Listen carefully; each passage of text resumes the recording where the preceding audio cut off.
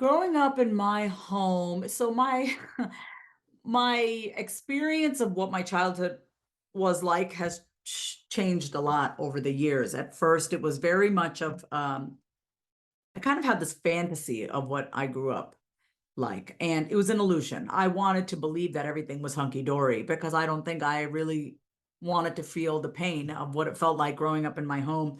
My both my parents are very hard workers, they're immigrants. And my house was not the kind of house that I would call stable. It was, we had all our basic needs met, right? Like money was never something that we struggled with. My parents are, two very hardworking, like I said, cardiologist, CPA.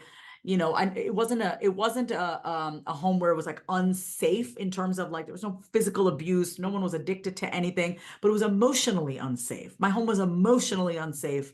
I don't think we talk about that enough. I think we think like, oh, well, I had a roof over my head and I had food in the fridge and no one was hitting me. I mean, I got hit all the time, but it was emotionally unsafe. There was no room for my big emotions. Mm. And I don't even want to label them as big because they weren't big. They're just emotions, right? And I just had a way of expressing them in a way that maybe felt too big for the adults taking care of me, my mother and father. So, I've been in a plenty of therapy in my life. It's probably why I even became a therapist too, because I knew the power of saying it out loud and talking to a therapist.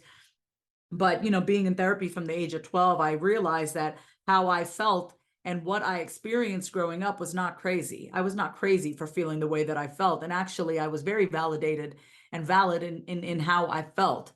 And I was justified in feeling the way I felt, unheard and unseen, and often like I was a burden Mm. for everyone around me. Mhm. Um, how it's changed now is I focus less on what my mother and father could have done differently and all that. I don't, It's water under the bridge. I Mhm. have no control over what my mother and father could have done, should have done.